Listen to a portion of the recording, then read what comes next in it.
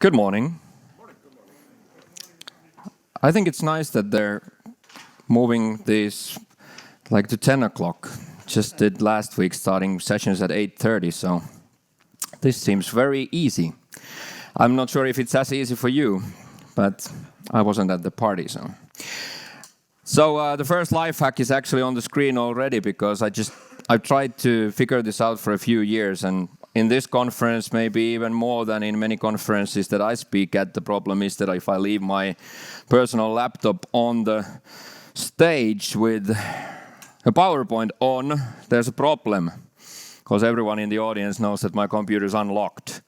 Same goes for Zoom It that I use from System Journals all the time for a break timer, and I leave my computer during a break, but I need the break as well, which means I have a timer on the screen, but I want to get out, smoke a cigarette or something. And then there's always someone nice in the audience who actually knows that, oh, there's Zoom It on, that means the computer is unlocked, so we got to do some fun with it.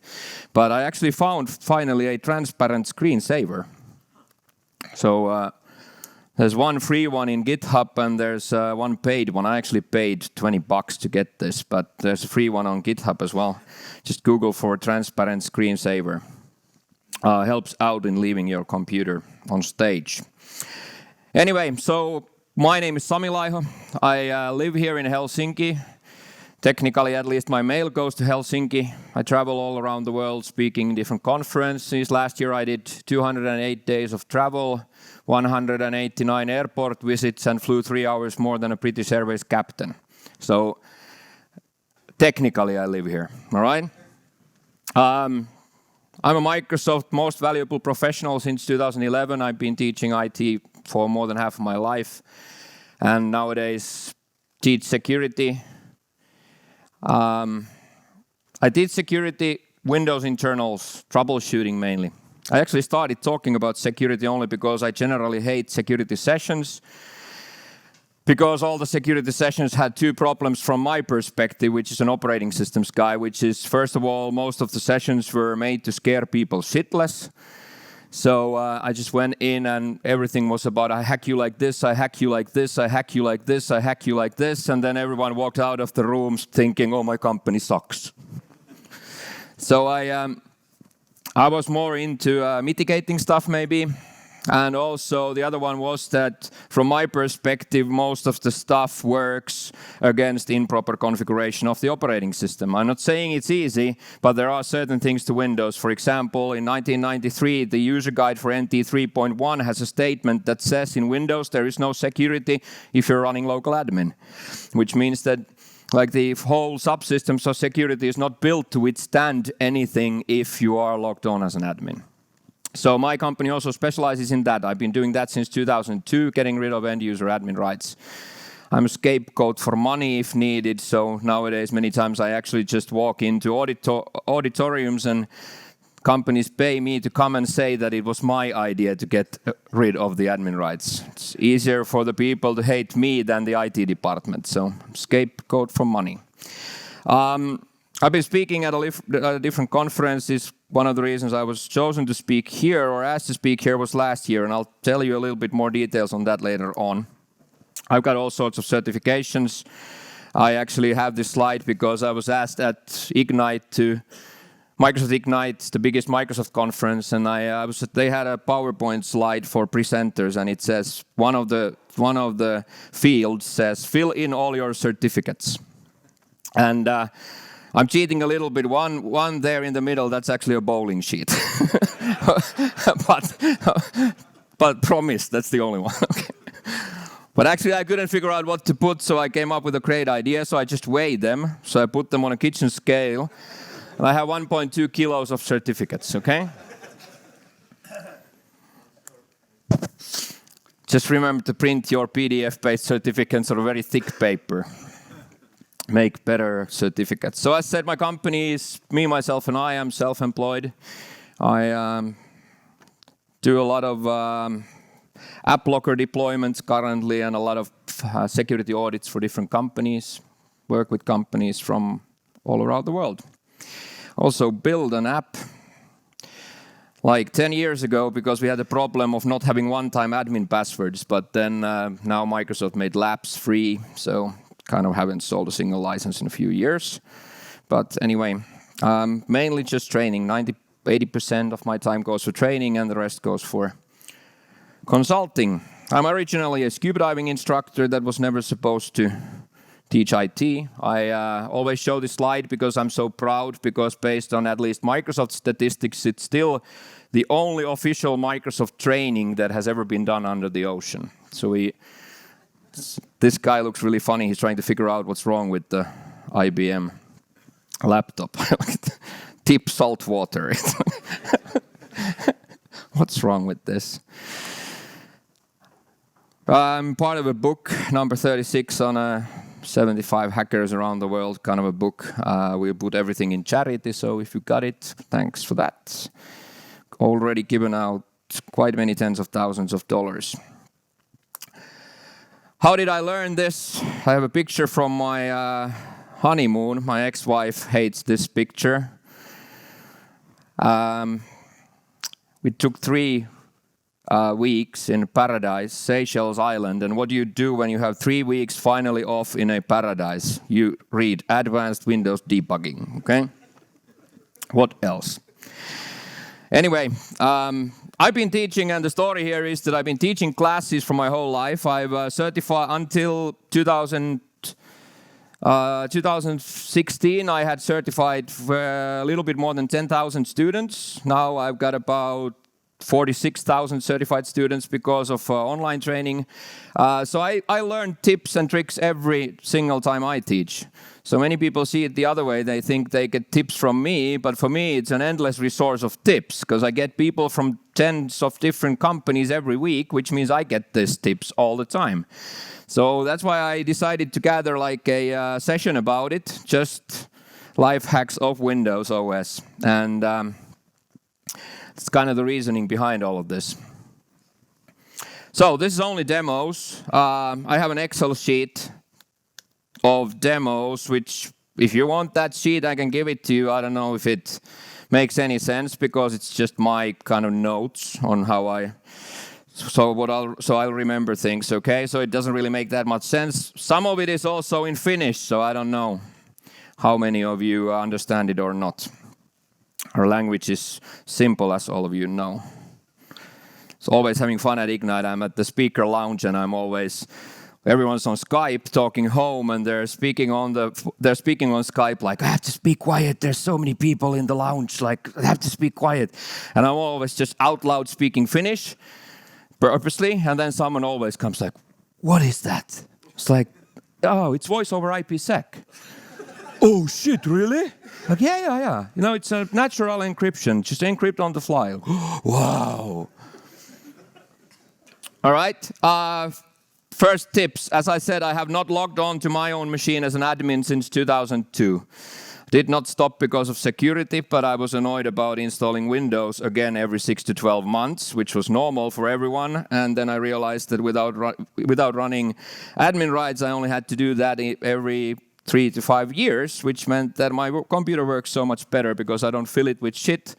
So they had nothing to do with security, but nowadays, of course, it's a huge security thing. 88% of all security bulletins that Microsoft has published in the past 5 years would have been mitigated by removing admin rights. So, of course, it gives me a good business.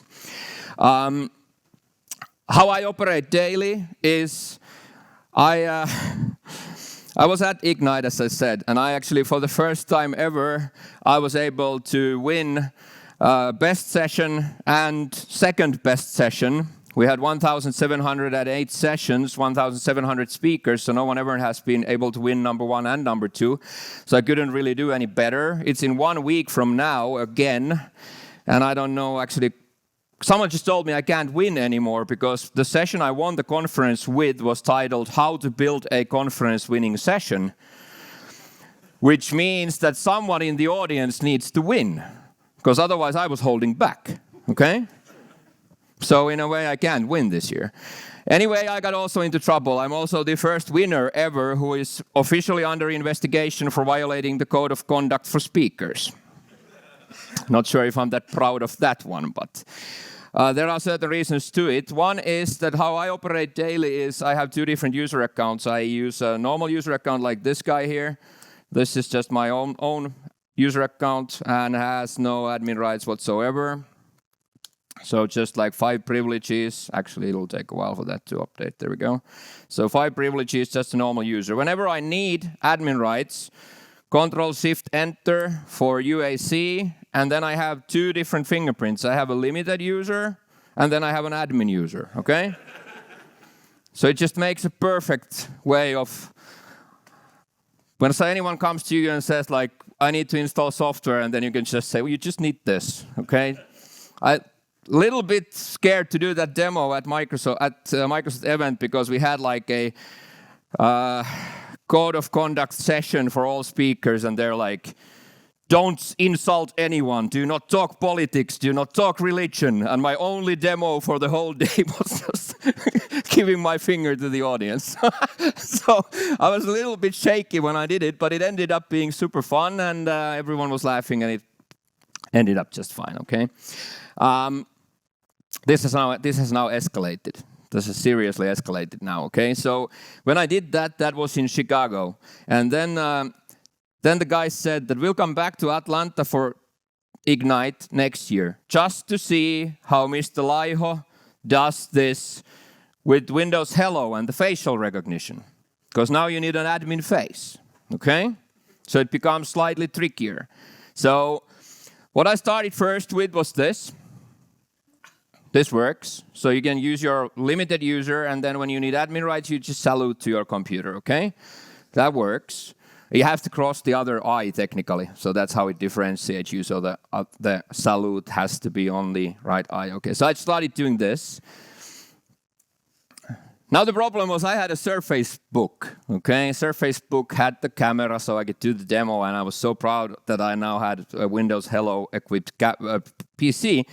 Now the problem with Surface Book was that Surface Book finally was a sexy PC. It's the first ever sexy PC, which meant that I spend my life in airport lounges. So I live in airport lounges, and normally I had like a Lenovo X1 Yoga or something like that, and that's like the best contraception ever that'll like block anyone from talking to you. That's the unsexiest machine ever, okay? So no one would ever approach me. But now one weird thing happened, which was Apple people started to talk to me.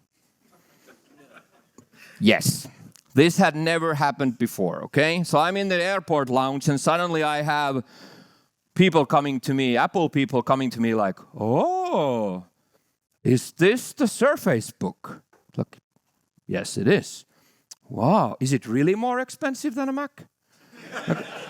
Yeah, it is. Oh, I'm so interested. It must be great, okay? Now I had Apple friends. Think about this. I have my new friends, and I'm with my computer all the time. Like this. So I'm losing my friends. So nowadays what I use is actually this. Okay, this works better. That's actually why my local admin is called Homer, because it's like, oh. But it works better. And I can be on my computer like this, and Mac people are looking at me and can be like, you know, Windows. Oh. So it just works better. So that's actually very easy and very good way of staying as a limited user instead of logging on as an admin all the time. Well, as I said, things escalated. And now I had another eval. And the eval said that we will come back to Ignite again, but we're a little bit bored about passwords and biometrics, so now we have to get two-factor authentication. Well, I did two-factor authentication, and we all know that smart cards are quite difficult. Virtual smart cards from Microsoft will be deprecated. So the future of two-factor authentication that I used at Ignite was a hedgehog, okay? His name is Token. It's a live hedgehog type token. Has a lifetime of 5 to 8 years, depends on how well you treat it. Tamper protection, hell yeah. Think about it. Anyone tries to touch your token, it just crawls into a ball. And I actually took in a live hedgehog into the show. slightly difficult to get it into the country, so I went to the TSA and I asked them, like, how can I bring a hedgehog into the country without it being quarantined?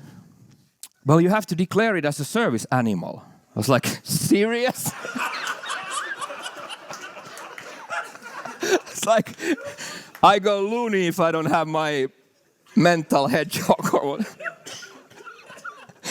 Anyway, so if anyone didn't get it, hedgehogs have the same fingerprints as humans, okay? So if you have a hedgehog, it has the same fingerprints as humans, like koalas as well. So you can use it to authenticate to Windows Hello, because it has the same fingerprints, okay? So I just did two-factor authentication with the live hedgehog. Well, got into slight trouble with this. It's like absolutely not allowed to bring a live hedgehog into a convention center. It's like they're so freaked out about diseases and stuff like that. So that was a little bit difficult. It smelled like so horrible. You could smell it like a mile away. And the whole building has these security dogs going around. So we actually had to have like a friend of mine scouting for the dog. And when the dog was at the very end of the building, I went in from the other end of the building with the hedgehog and then hid it under the podium. The problem is that it started moving the box around. And I had so much fun because no one knew its real name was not Token, okay? Its real name was Pixie, which is kind of appropriate still, especially when you're pixie booting it. But so I got into trouble. There were some people who were very worried about the animal being stressed during the presentation. You know, this year Ignite, after every presentation, it's going to say like no animals were hurt during this presentation. So anyway, you can, if you want, you can try that.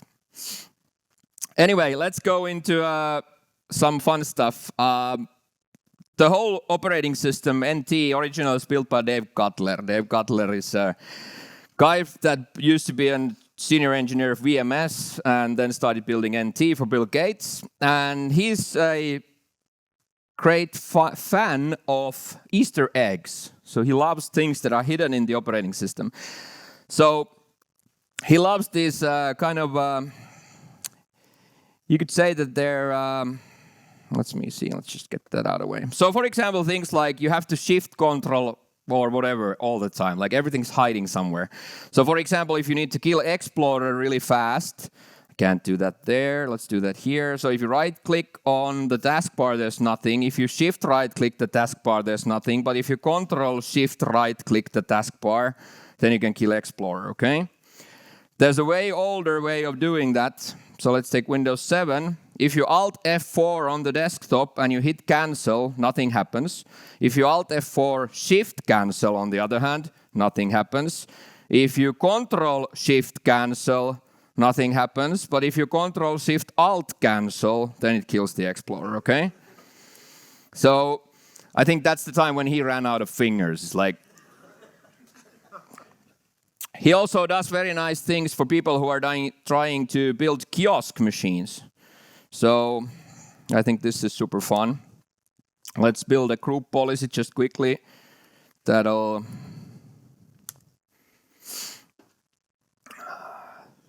Do a simple whitelist, okay? Very simple. The oldest whitelist there actually is. So we'll do system, run only specified Windows applications, okay? This is only a name-based whitelist, so very weak in many ways, but enough for this demo. So I'll say iexplore.exe is the only thing you can run on this box. So basically a super simple web kiosk we're building. I'm not going to shut this down because I'll be in trouble. I can't run the editor again. But I'll try to run CMD, and we can see it's now restricted by policies, okay? Fair enough. Task Manager, no. Well, I can get to Task Manager from the other session. The Windows always has 3 desktops. People are talking about virtual desktops for Windows 10 and complaining that Unix had it for decades, but people forget that every Windows box since NT 3.1 has always technically had 3 desktops. The normal desktop, the Control-Alt-Delete desktop, nowadays known as Secure Desktop, and one for the screensaver. There's technically 3 desktops for every box. So start Task Manager, that works from here, but if I try to do new task CMD, no. Policy is in effect, okay? Fair enough. Great, we can block that. And then someone tells you, I call this the dreaded student moment. Or the dreaded student hand. You know when you're saying something in front of an audience like, well, luckily you can't do this, or sadly you can't do this, and then there's... You see someone looking at you with their hand up and you're like, oh no. And they're like, why didn't you do it like this? And then you're like, you're paying for me. I have to say like, thank you, that's a great tip. Although at the same time, you're kill you, okay? Well, anyway, this was the same thing. Well, now you can't run anything but IE and... Okay, what? Have you tried ever to press Control and hit new task?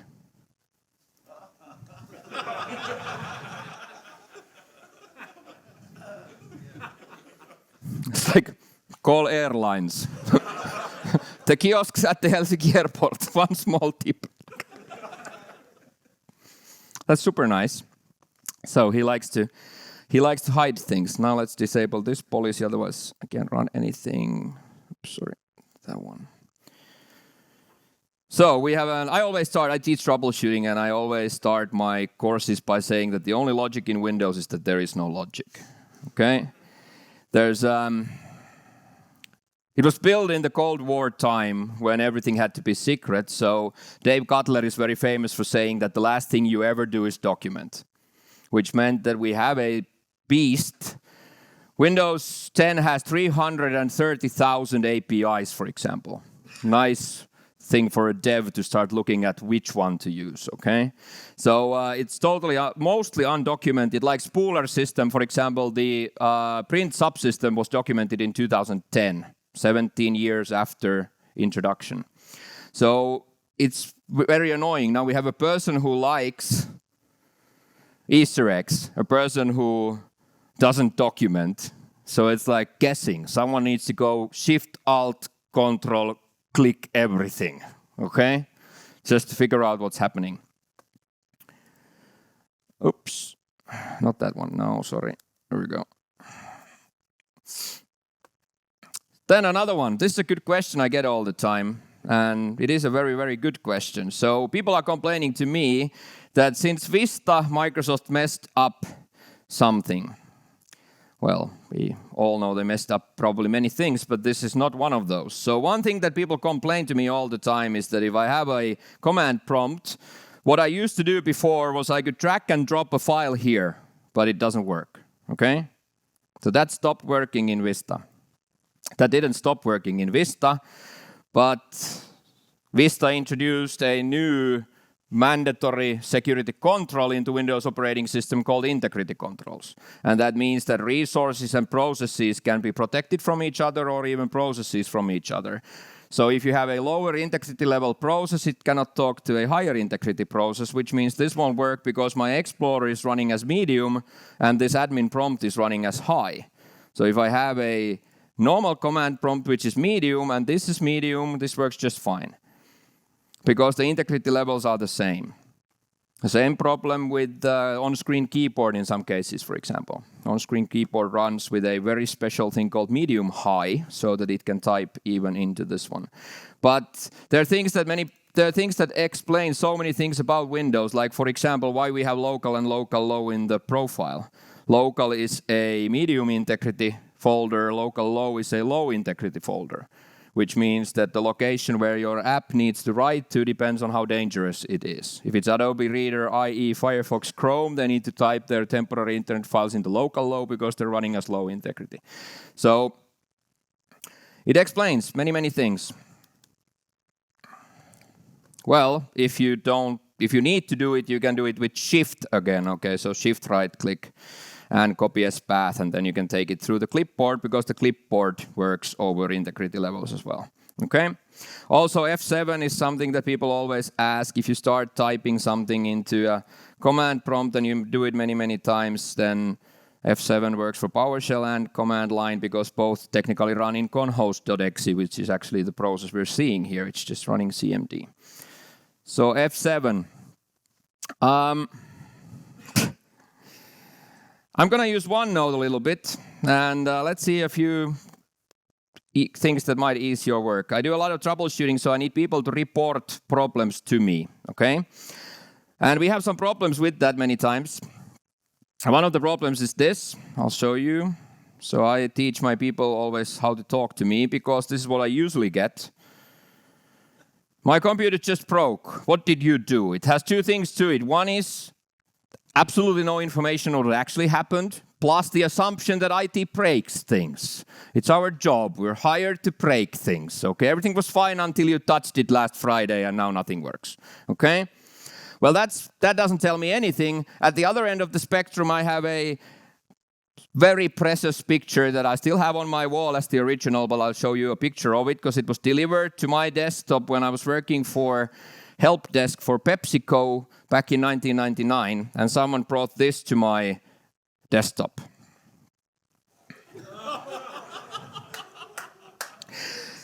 So someone actually really took it seriously when I said I need detailed error descriptions. So writing down an NT4 blue screen, that's a respect, I'd say. Dedication might be another word that comes to mind. Okay? Well, we have all sorts of different kinds of error messages, and one thing that people many times miss is that Windows has copy-paste functionality for all error dialogues. Okay? So if you have an error dialog for Windows, press Ctrl-C. Take Notepad, press Ctrl-V, okay? So all error dialogues have copy-paste functionality in it.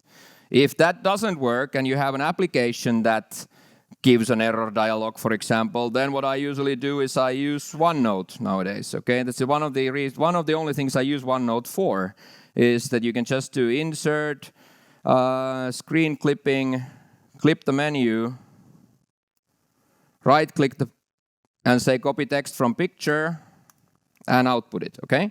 So it uses OCR, so it works on anything. So it doesn't have to be a Windows dialog anymore. Sometimes I mostly use Honestly Notepad. I'm an old guy as well.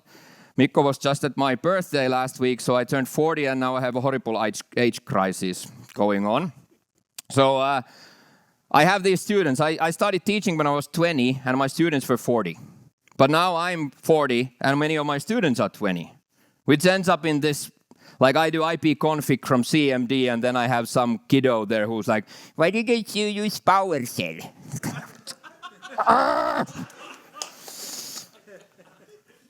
So also I had this one guy coming to me and said, Sami, why don't you use OneNote? You always use Notepad in the class. Why don't you use OneNote? It's so much better. I have an in-your-face answer to that, okay? Take sysinternals VM map. And then we can open up OneNote. And you can see that my OneNote still has 3.3 gigs of memory. Okay? Let's take Notepad. Notepad still has 128 terabytes. Okay? In your face, kiddo. Not sure if Notepad will run out of 3.3 gigs. But anyway, that's still good. Sometimes when they get error messages, they also call me and say, Sami, I had an error number 1612. It's like, oh, that one. Windows has 32,768 help message codes. Like, what the hell? I don't remember everyone by heart, okay? You have two tools you can use depending if it's decimal or hex. The other one is older. The other one is way newer. The old one is net help message. So it can translate 1612 was an MSI-based error, okay? Specified path, whatever. So it translates error codes. If you have WinRM help message, then it eats hex values, okay? It's the same beast, but it just eats different values, okay? So you can translate. You don't have to learn this by heart. There's only one I require all my students to learn by heart, which is 4006. That's the one if you go to a party like last night and you're married, you have to remember that replication with a non-configured partner is not allowed, okay? That's the only thing I require you to learn by heart. Everything else you can use these tools for, all right?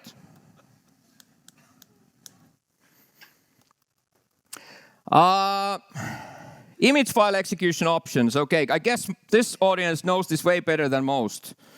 I mean, mostly this is news for everyone, but in this context, I guess you mostly know what it is. It is the coolest registry key in Windows. It was originally built for the internal help desk of Microsoft to be able to hide a debugger behind applications so the customer wouldn't know. But nowadays it's used for many bad things. So we can do it here, or actually we can take Windows 10. That's a little bit newer. Well, actually we'll mess this up. Let's do this. Okay. So regedit. There's a fun thing to this as well. Dreaded student hand moment, which is I was explaining to someone like, yeah, you know, if you need to compare things, for example, regedit is a little bit annoying because even if you do like, if you run CMD and you run regedit, it won't start more than once, okay? Yes? Why don't you use the -M?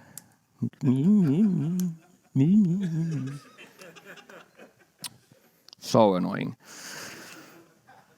Anywhere, software, Microsoft, Windows NT, current version, image file execution options. You can really have fun with your friends with this one, okay? New, whenever someone runs notepad.exe, that will be replaced with the debugger of calculator. Okay? So then you can do notepad, and it always starts the calculator. You can try it from here. Notepad, no, a calculator. Your friend would actually have to be quite clever because they have to actually browse to see Windows System 32, find the notepad.exe, point it with a mouse, right-click, say open, and it still opens the calculator, okay? The only bad thing about the image file execution options here is that it's so far away in the tree of registry that it takes me ages to find it. Like, yes, why don't you use the favorites? What? Oh, they added they added the favorites in the regedit lately. No, it was added in 2001. Oh. Super annoying, okay? Anyway, image file execution options can be used for very bad but very good as well. Just had a case last week with a Finnish company that's present here as well. I won't mention their name. I had a big customer having a troubleshooting problem where we had a slow logon issue, okay? Very common, very slow logon in an enterprise network, and we need to figure out what's wrong. Now, the problem with this is that I could figure out with the Windows Performance Toolkit that you can use to do a logon trace, I was able to easily trace that it's done by a software called agent247.exe, okay? So I easily know it's that. But now the problem becomes that I need to call the AD people, the Active Directory guys, and I need to call them and tell them that we need to disable that policy to be sure that that's the problem. And that could take ages. If anyone's heard of a thing called ITIL, okay? I have no idea how we use a system that's originally built for the British railroads to use as a framework for taking care of IT. I have slight things against ITIL, sorry. I always tell the comparison that I guess some of you know that we flew into the moon with the Saturn rocket. And if you know the diameter of the rocket, what it's based on. Horse's ass. Good. You have to drive it through a railroad tunnel. And the railroad tunnel's width is based on the width of the railroad, which is based on an old Roman road, which is specified as two horses' ass next to each other. So we actually flew to the moon with a thing based on a horse's ass, so ITIL might be just fine. Okay? Anyway, ITIL takes a while, so it means it's hard for me. I can get local admin access quite easily, but to be able to tweak their group policies, that's different, okay? So I use image file execution options, because image file execution options you can also use another way. You can make things disappear. Oh, we have a favorite, yes. So What you can do is you can say notepad.exe, but the debugger value is null. Okay? And now it's for Windows, it's exactly like that file does not exist. Okay? Just disappears. I had a Mac user just lately who said he presses some key combination, he installs Windows on a Mac and the keyboard is weird. So he tries to hit some common keyboard combination and he always gets the magnifier. Just gets the magnifier on the screen. So I just told him, magnify.exe, debugger null. Fixed, okay? It just disappears. But that works for the case I just mentioned, because I can do a logon. The logon was running agent247.exe, but I can do an image file execution option with null against that, which means we can test if the logon is now fast like it was, so we can verify that that was the problem. So you can also make it use it kind of as a very simple blacklist with no extra services required. Now I'll be in trouble if I don't remove this, so I will remove that instantly. All right. So, yes, I had to do this. This is an addition for yesterday because we had John from Microsoft starting with the keynote, and he was speaking about the sticky key stuff. I've been doing that demo as a base demo. Everything starts with it for about 18 years. So, because we need to prove to everyone that you need BitLocker, okay? BitLocker is not for encryption. BitLocker is for integrity, if you ask me. If the computer has no single, it doesn't even have any data on it, you can't keep it intact. So I always see BitLocker as epochs. It's like you build a great whitelist solution and you dip it in BitLocker to keep it intact. Because otherwise anyone will open the box. Like Windows 10 App Locker is the most stupid thing ever to hack. Because the only thing you have to do is see Windows System 32 App Locker folder and just remove the cache and it just disables it. So it's like if you don't have BitLocker, anyone can get access to that. So I have to prove it somehow. So the funniest, of course, demo has always been that you can just hit the Shift key to get into Windows, okay? It's like so silly that any Windows from Windows XP up to Server 2016 domain controllers get hacked by hitting the Shift key. Now, I've done that for freaking 18 years. I reported it once a year at the MVP Summit to Microsoft, like, it's ridiculous, fix it, please. And now, I was at the Executive Briefing Center at Redmond. Super important session for me. Hi, Microsoft execs in the audience. I'm doing my demo. So here you just go, you copy CMD on top of ZHC, and then you put the computer, and then you just hit the Shift key like this.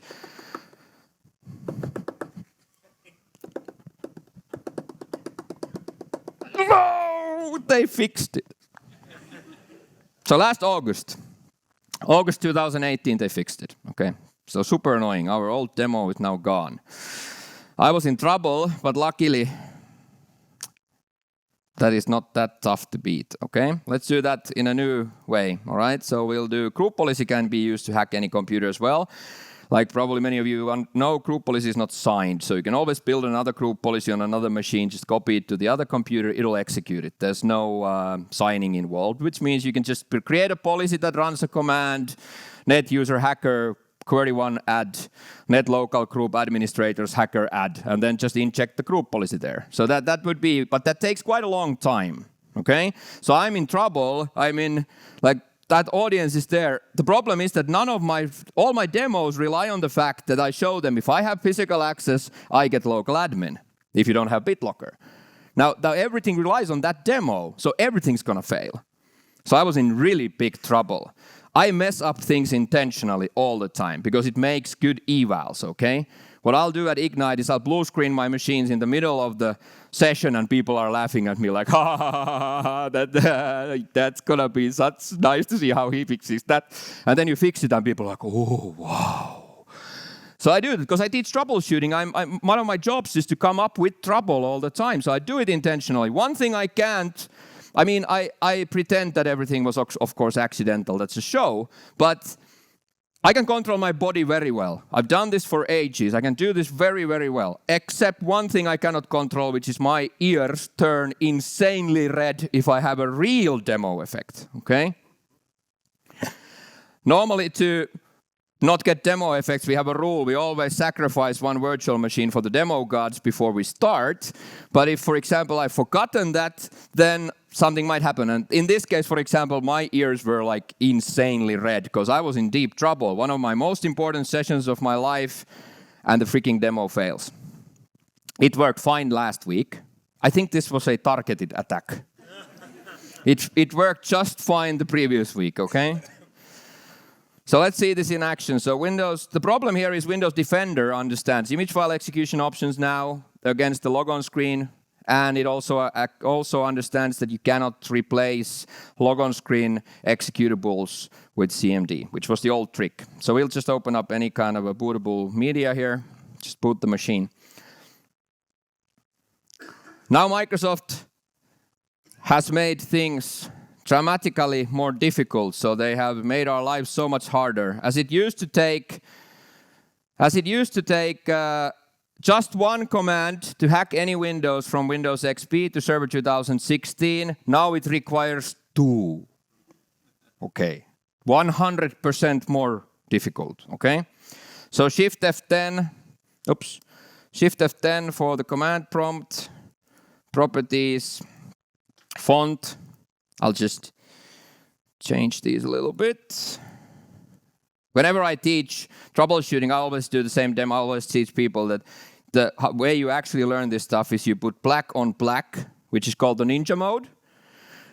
But now my friend from Sweden, Johan Arvidmark, he had a great idea. So he came to me and said, Sami, we need to combine demos or jokes. I was like, what do you mean? I have a great one. And then he says, this is how you teach PowerShell. And then he takes PowerShell, puts the foreground and the background color to be blue, so you can't see anything, but he changes the default error action of PowerShell to be a reboot. So you can't see anything you type, and if you do a typo, it boots the box, okay? So like that's how you learn PowerShell. I think it's a great idea. All right, let's find Windows first. So I guess Windows is here. Yes, C, Windows, CD, System 3. I'm going to combine 2 demos or 2 hacks into the same one. So let's do this first. First, I'll make a copy of SetHG because I'm doing this for my grandmother or whatever. So this is just a nice exercise, not hacking, okay? So sethg.exe, copy that. And it needs to go to another folder now.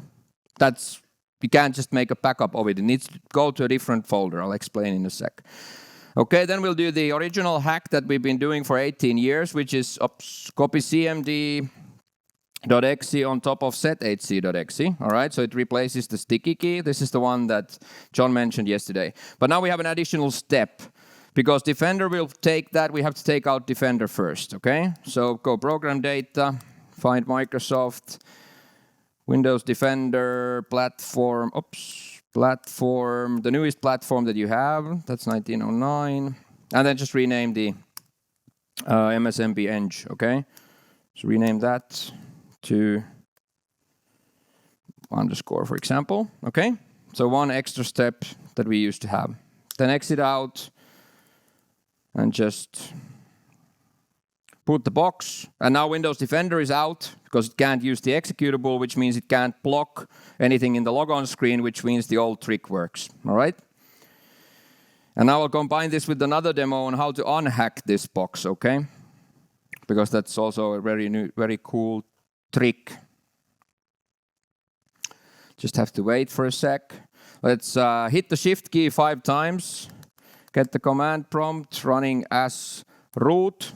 Okay, Windows this case misses system. And then you can create user accounts, net user, hacker, QWERTY, add. Make it an admin at local group, administrators, hacker, add. If you don't like command line stuff, luckily in Windows you don't have to log on to use management tools, so you can just run computer management as well. Computer management is a graphical tool, which is actually very good for browsing the network as well, because you can do preset passwords, whatever you want. But on the other hand, when people call this, or Microsoft calls this tool here, the object picker, I just call it the best recon tool out there, okay? Because now we have to remember I'm logged on as Mrs. System, which means Mrs. System authenticates out of the computer using the Active Directory computer account, which makes me an authenticated user against the network. So I only hack the local box, yes, but I have a computer account against the network. So it makes easy browsing. Okay, so now we have a hacker. Let's just log on with him, and then we'll unhack this as well. So /. If you speak to Microsoft devs, they have really funny names for these certain characters. I've been working in US now for so many years that first it was really hard for me because they use, oops, I can't even type Notepad, sorry. So what they do is they actually, this one, depending on the state, they call either BAM or BANG, okay? And this is whack. So when you call in and you have a Windows debugger issue, you call in and the first thing you hear the guy in the help desk saying, please first bang whack whack. What? Excuse me? What? First bang whack whack? Not legal in Finland. So bang, okay. Where's bang? Here we go. Hacker. And now, oops, there's a space. What was it? 41. And now in Windows 10 we have something that everyone loves, don't we? All right? This won't take long. Almost there. Well, funny enough, we figured out with the guy from the Finnish military, we figured out that Microsoft doesn't sign any language packs. Which means all language packs, which basically means everything in Windows now, can be hacked with Resource Hacker, whatever you want. You can change all language packs how much you want. So first we used some sysinternals tools to figure out where this runs from. So first we had to use procmon to figure out that we are actually using this first logon anim.exe. Now the problem is, of course, it's totally undocumented. So then you use another tool from sysinternal strings. First logon anim.exe, dump that into first.txt, notepad first.txt, find the parameters of the binary. So here you can find the parameters, okay? Now the parameters here, for example, then helped us to figure out how it actually is run, all right? Now, all of this is then in the folder, for example, NUS. So you can go and just change everything. So you can go here and you can find this MUI package, okay? So there's a MUI package, and I think it's msubi first logon anim dll.mui. Now this is a really big thing. I was actually trying to post this to Black Hat even, but they didn't accept it because I think it's a serious issue if you don't sign any language packs, because that means you can make Windows say whatever you want, wherever you want. So technically, for example, change the username and password fields, which would mean that if you type in your password, it would be in clear text both on the screen and in the event logs. I mean, I could come up with implications I could come up with things that could be very bad in this case, where you can choose what Windows says. So, but we use this for some fun. And Michael Niehaus, I have absolutely no idea if any of you know it. He's a deployment guy from Microsoft, runs all things related to deployment. And he has this holy rule that you're not about to you can't touch anything like this because he wants that thing there. But we changed the language packs for the first logon anim. No, ni. It's a Finnish word that means anything, okay?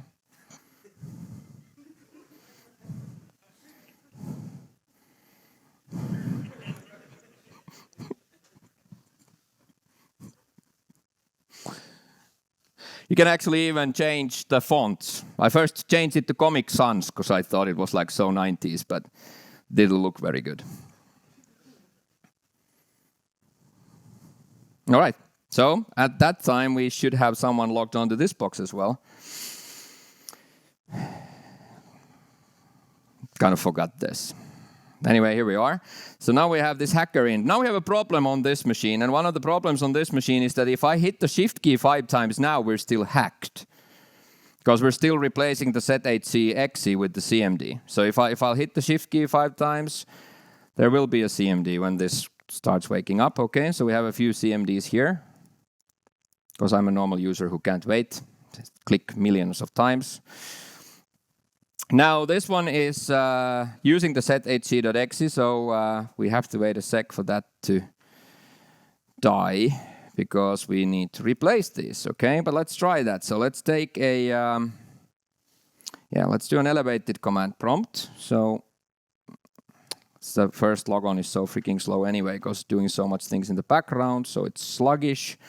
Let's try, we need to run an elevated command prompt. So let's try that out. CMD, Control Shift Enter. Do the same thing I just did before so you can see something in the cheap seats as well. Do black on white, font 20, Lucida, bold. Okay, now let's try it. Copy it. Copy. I put it in C Windows. So C Windows, system 30. No, sorry. C Windows sethc.exe was the one. That's the backup we did. Copy that to C Windows system 32. All right, override, yes, please. Well, that's now protected by Windows Resource Protection, WRP. So it's protected by multiple layers of protections, actually. And now I could start giving take the ownership from Trusted Installer, which is the Windows Modules Installer service, and to start giving myself rights, take out attributes. Quite a lot of stuff to do if I want to replace that, or just reboot back to Windows PE and change it there. But what if we change the tool? Robocopy is a folder copy tool, so you have to say source folder, destination folder, and then what to copy, so the filter for the file. And that will fail, of course, because it's an access issue. I mean, there's no permissions for me to do that. Now, the most important security rule in the Windows security subsystem is that privileges beat permissions, which means I have the restore privilege, which means you can do that with Robocopy using the backup API. Okay? It overrides anything. That's a great example, again, why you can't have local admin rights for end users, because if you have a file containing group policy cache or you have a file containing app locker cache, you can just destroy it because you have the restore privilege. I can even say deny Mikko from writing to this file, and Mikko can do whatever Mikko wants because Mikko can always restore over it. It's a privilege instead of a permission. So privileges beat permissions. Okay, but it's very convenient. I have a lot of dev friends that are replacing DLLs in program files, so that's a very common tip. Copy the DLL to ctemp, and then do robocopy ctemp c program files, name of DLL/b. Okay, overrides anything. That was Ubi. Oops, not there yet. Copy paste OneNote timeout. Oh, timeout was a nice small tip. I have been copying sleep.exe for ages from the old resource kit until... Okay, so they just renamed it to timeout in Vista, so it's the same tool, but just freaking annoying when they change names. Like wait for is awesome as well. Wait for can be used for signaling. Actually, my PowerShell friends even use this. They claim that it's easier to do signaling between scripts with this than PowerShell. I don't know. I'm not that good in PowerShell, but anyway. So wait for does signaling. You can send signals from script to another, from a computer to another. You can have 10 computers do a scan, and when they're done, they'll signal your script. That's a central script, and then it does some reporting, for example. So you can signal between scripts. It has both the client and the server in the same executable.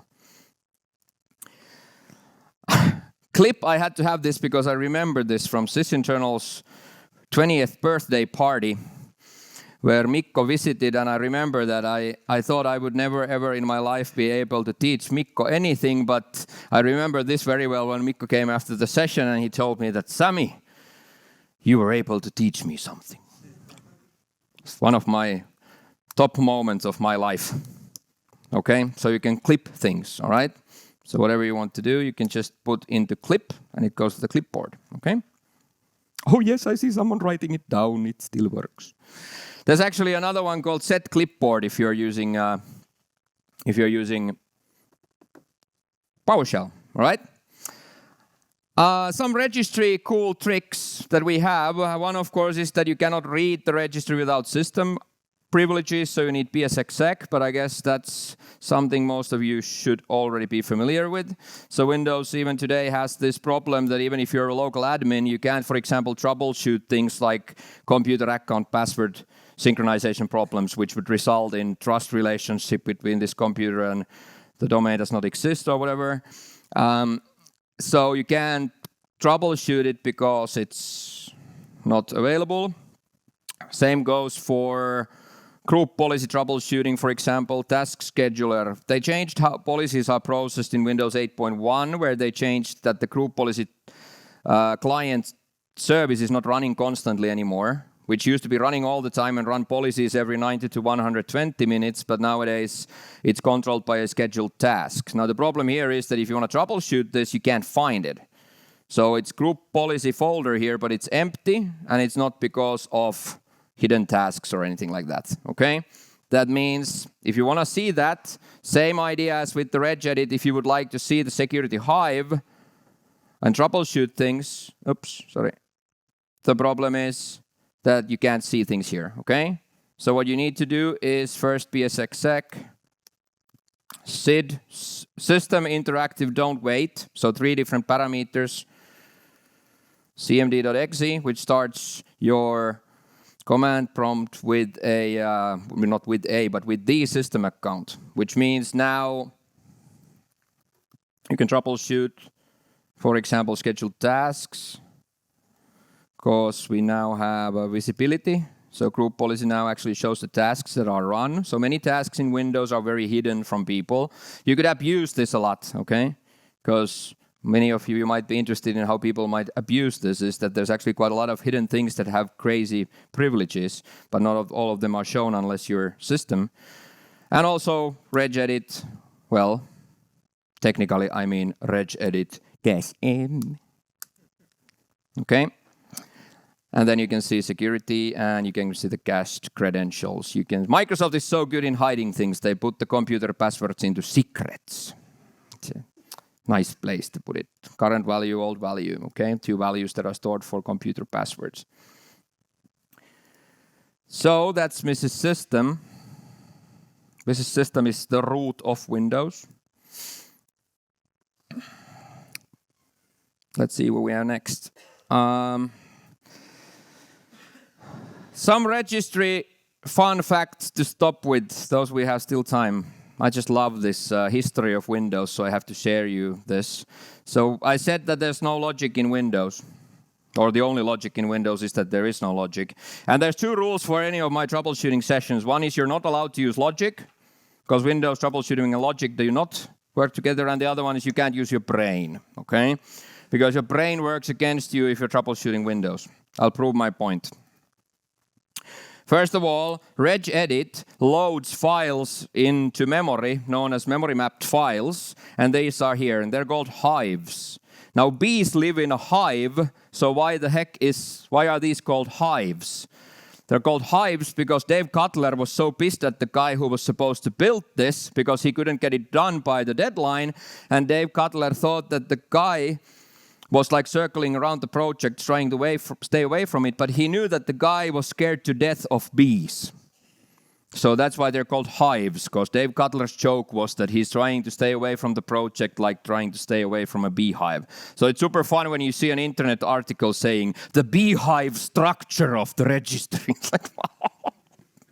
Sure. Same goes for one guy I met at the Build conference in 2014. He's the guy who actually built one of the most famous drivers in Windows called AFD. It's a critical networking stack driver. Why is it called AFD? It's called AFD because the guy who was building it with the team couldn't get it ready by time, and Dave Cutler started yelling at him, why can't you make the driver work? Well, actually, sir, the driver is working, but we just can't come up with the name for it. So that's why Dave Cutler named it. It's just another fucking driver, okay? So think about it when you're troubleshooting something. You can't use logic when things work like this. There's technical reason for it being that. No, it's just another fucking driver, okay? Also, Twain, scanner drivers.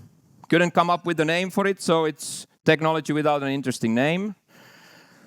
So there's a lot of these weird things in Windows. One of the funniest one was with SMP2. I had a problem. My Windows 7 was speaking SMP2, and my NAS devices for my customer, they were speaking only SMP 1 or 1.1. So you needed a firmware upgrade for the NAS to make it work. Now, problem there is that not many people had those firmware upgrades yet. So my customers called me and said, Sami, can you fix this? I said, yes, I will try. And I found a knowledge base article from Microsoft saying file browsing problems from Windows 7 to NAS devices. Like, for once, perfect hit. And it tells you have to change a parameter for the browser service. Okay, you have to add a parameter here and say disable SMP2 or whatever. Okay, I'm seeing so many of you zoom in by yourself so we can do this. Anyway, so it's here, browser. I tried that for freaking 7.5 hours, a full work day. I tried to fix it and it doesn't work. And then I finally take my phone and I call a friend of mine at Microsoft. This is Sami calling. Hi, you have a really, really bad knowledge base article that is just BS. It doesn't work at all because it says that you have to type it into HKey local machine system current controls and services. Oh, okay, bye-bye. And then I realized, no, the problem is Mr. Dave Cutler did a typo.